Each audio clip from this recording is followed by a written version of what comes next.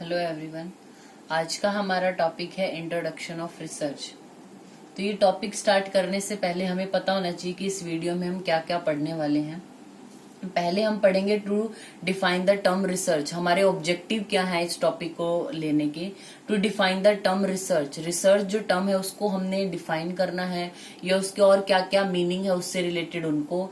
और to define the different term related to research जो आयुर्वेद में है, जिससे हम कोरिलेट कर सकते हैं, जैसे अनुसंधान है, अन्वेषण है, गवेषण है, पर्यवेक्षण आदि इनसे। And to know the need of research in field of Ayurveda.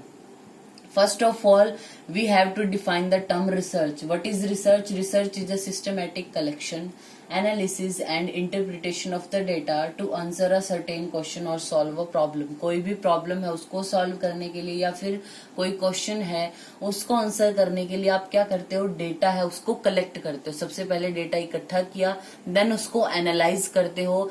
After analysation you interpret that data. This whole process is called research. Research, or we can say research is a process which convert data into information, information into knowledge and knowledge into wisdom। ठीक है।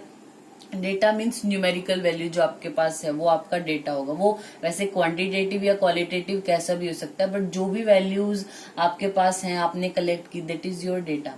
फिर उस data को आप क्या करते हो, एक ऑर्गेनाइज्ड फॉर्म में लिखते हो। आपने जैसे आप कभी कोई टीचर जैसे आपको समझा रहा है, कुछ पढ़ा रहा है, तो आप क्या करते हो, उसको जस्ट ऐसे ही कुछ वर्ड्स में जल्दी जल्दी कोई पढ़ा रहा है तो जस्ट लिख लेते हो कि ये वर्ड बोले जो इंपॉर्टेंट पॉइंट है। वो आपका क्या है, डेटा कलेक्ट करना। फिर आप उसके घर जाके नोट्स बना रहे हो, उसको प्रॉपर लिख रहे हो, दैट इज योर इन्फॉर्मेशन। मतलब जो डेटा है उसको ऑर्गेनाइज्ड फॉर्म में लिखना आपका इन्फॉर्मेशन कहलाता है। देन आती है इन्फॉर्मेशन से नॉलेज में कन्वर्ट करोगे। नॉलेज क्या होता है, अवेयरनेस और understanding on the subject acquired from information. जो इन्फॉर्मेशन, जो नोट्स आपने बनाए उससे आपको क्या नॉलेज मिला, उससे आपको क्या अवेयरनेस या क्या सीखने को मिला, that is your knowledge. Then after knowledge it convert knowledge into wisdom. जो रिसर्च ये प्रोसेस है, ये डेटा को इन्फॉर्मेशन, इन्फॉर्मेशन को नॉलेज और नॉलेज को विजडम में कन्वर्ट करती है। अब विजडम क्या है, इट इज द एबिलिटी। जैसे आपने नॉलेज, अब सिखाते तो आपको बहुत सब कुछ, सभी लोग आपको कुछ ना कुछ सिखाएंगे ना लाइफ में, या कुछ भी, चाहे वो स्टडी से रिलेटेड हो या कोई पर्सनल एक्सपीरियंस कुछ भी। तो नॉलेज क्या है, विजडम क्या होगा, आपको क्या चीज आपके लाइफ में आपको रखनी है, क्या नहीं रखनी है। मतलब क्या आपके लिए राइट है, क्या ट्रू है, क्या एप्लीकेबल है आपकी लाइफ में, उस चीज को सिर्फ आप रखोगे, दैट इज योर विजडम। तो research is a process which convert data into information, information into knowledge and knowledge into wisdom. After that etymology of research is research. Originally जो इसका ओरिजिन जो हुआ है वो एक वर्ड है रिसर्चर, उससे हुआ है, which is a French word. और रिसर्च जो ये वर्ड है इसका मतलब क्या है, इन जनरल हम बोल सकते हैं टू इन्वेंट समथिंग न्यू, कोई नई चीज को डिस्कवर करना, या फिर to find out the truth, किसी सच को पता करना, which is from old fact. कोई ओल्ड फैक्ट जो आपको दिया है उसमें से किसी नई चीज को पता करना, या कोई कॉन्सेप्ट या कोई प्रैक्टिस जो पुरानी है उससे नई चीज को ढूंढना, रिसर्च कहलाता है। What is the definition of research? Research means systematic investigation toward increasing the sum of knowledge.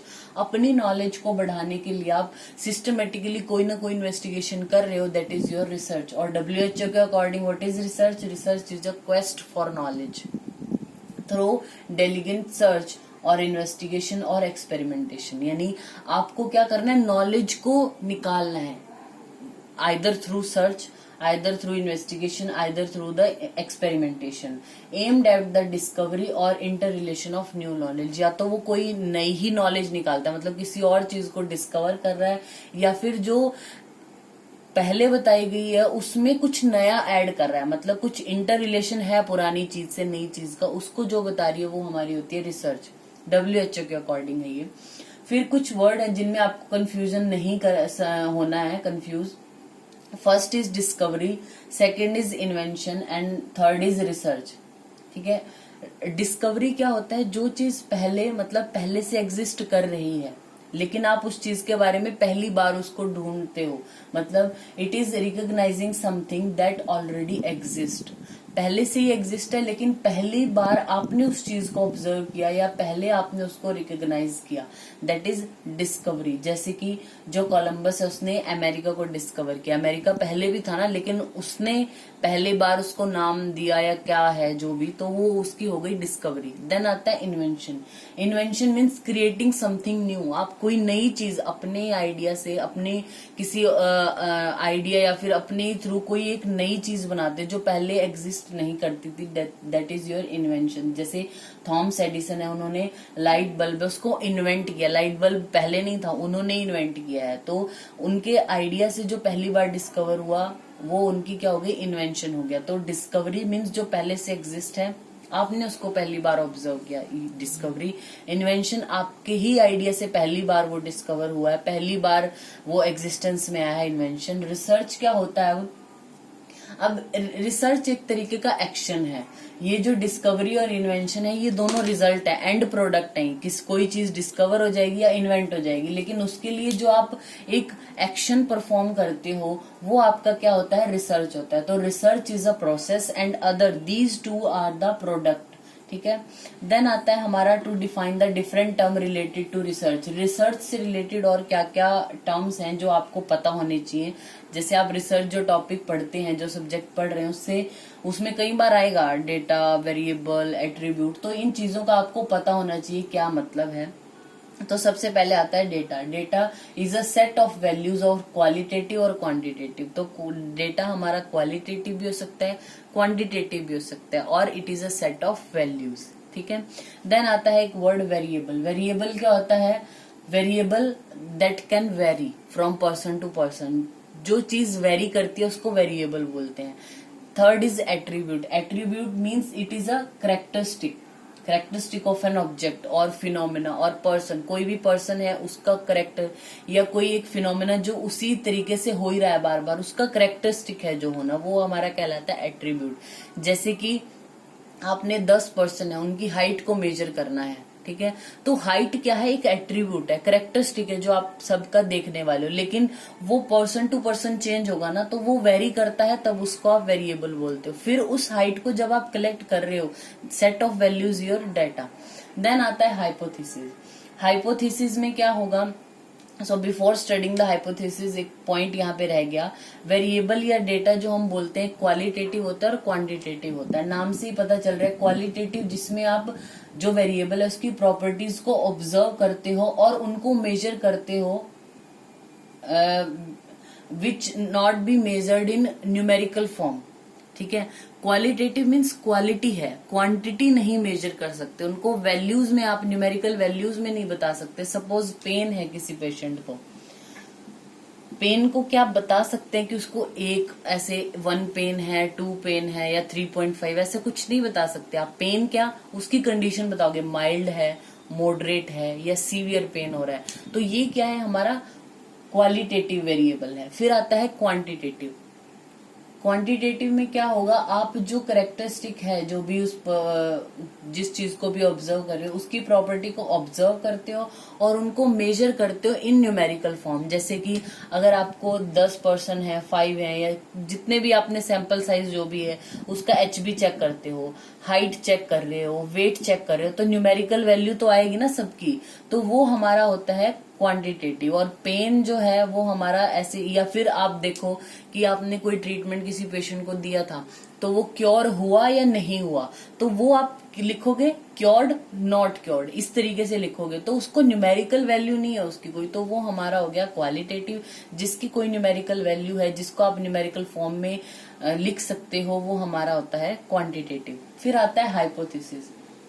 Hypothesis में क्या है, किसी चीज को पहले से आप बताओ, मतलब कंफर्मेटरी नहीं है, इन फ्यूचर आगे जाके वो ऐसा होगा ही, लेकिन आप पहले से कोई चीज बता देते हो। फॉर एग्जाम्पल, इसको हम एग्जाम्पल से डिस्कस करते हैं। जैसे कि आपको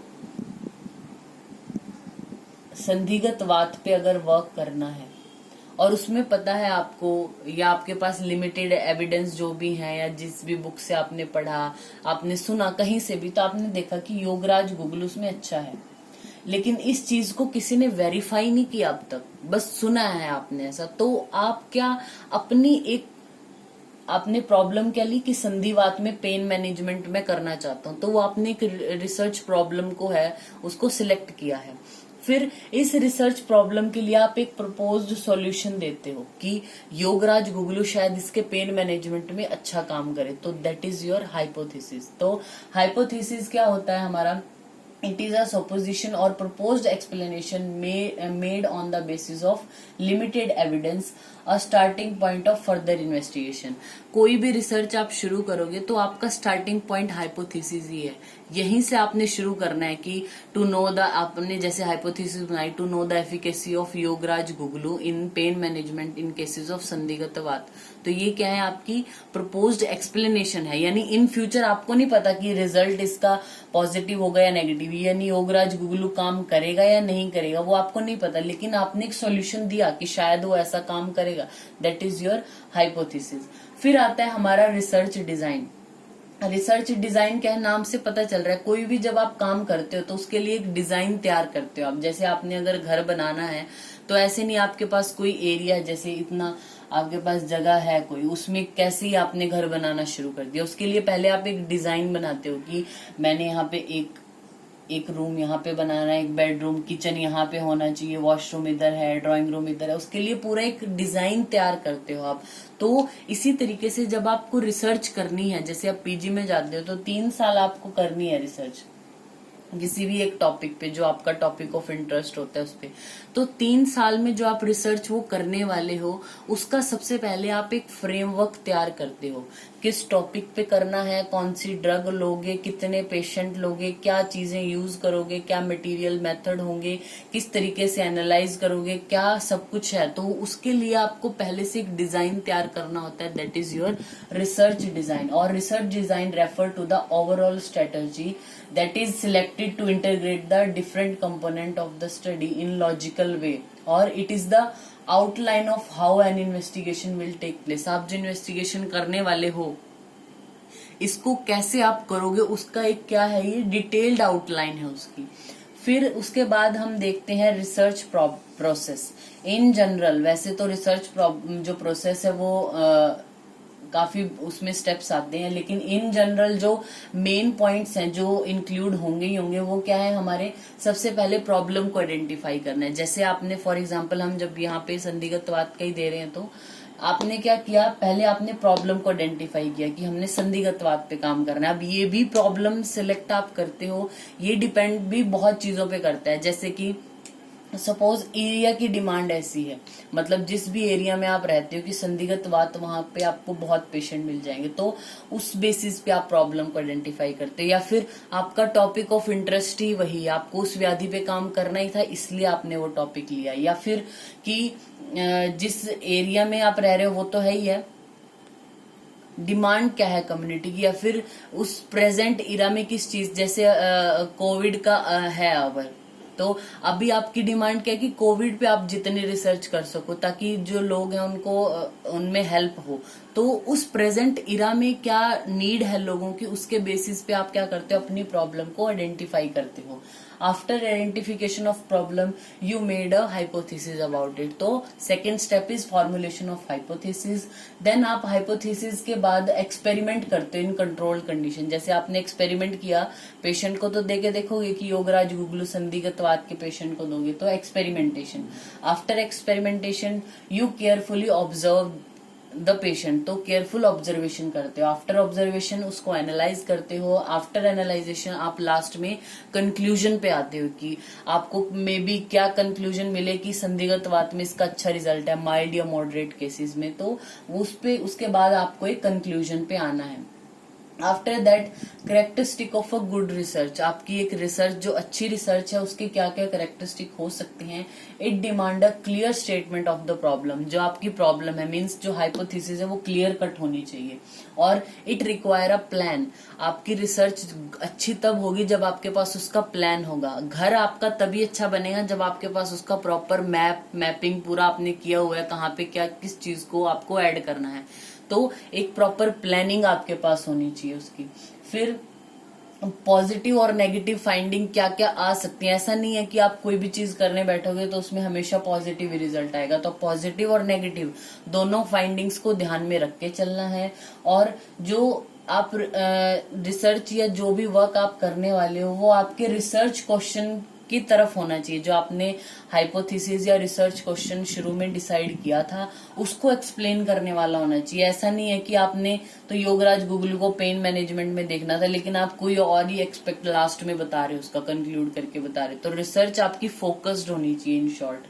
देन उसके बाद आता है हमारा आयुर्वेद में, या आप किससे कोरिलेट इनसे कर सकते हैं। तो पहला है हमारा अनुसंधान। तो अनुसंधान दो वर्ड से मिलके बना है, अनु प्लस संधान। अनु का मतलब होता है बाद में या पश्चात, संधान मीन्स जोड़ना या किसी चीज का सम्यक ज्ञान। तो अनुसंधान टू कनेक्ट, टू डिस्कवर और अ ट्रू नॉलेज। या फिर अनुसंधान मीन टू जॉइन और connect the cause effect relationship of the two object. Cause कार्य कारण जो भाव होते हैं हमारा, यानी इस कारण से यह कार्य हुआ। तो कार्य और कारण का जो जोड़ना है या उनके रिलेशनशिप को समझना हमारा क्या कहलाता है, अनुसंधान है। फिर उसके बाद आता है हमारा अन्वेषण। एषण का मतलब होता है किसी चीज को जानना, यानी एषण मतलब इष्यते साध्यते अनेन इति एषणम। तो अन्वेषण क्या है हमारा, to go deep inside the subject is अन्वेषण। परिएषण एक वर्ड आता है, परिएषण, परि मीन्स परि प्लस एशन। परि मीन्स ऑल द डायमेंशन, चारों तरफ से। एशन का मतलब प्रॉबिंग करना या फिर हर तरीके से, हर डायमेंशन से आप किसी चीज को सर्च करते हो, दैट इज परिएषण। फिर आता है गवेषण। गवामीव एशनम यानी intensive search in all the direction, और वी कैन से गोभी एशनम गवेषणम यानी to search with sense organ. जो सेंस ऑर्गन है उनसे सर्च करना। The fourth objective, that is to know the need of research in field of Ayurveda, we discuss in our next video. Thank you.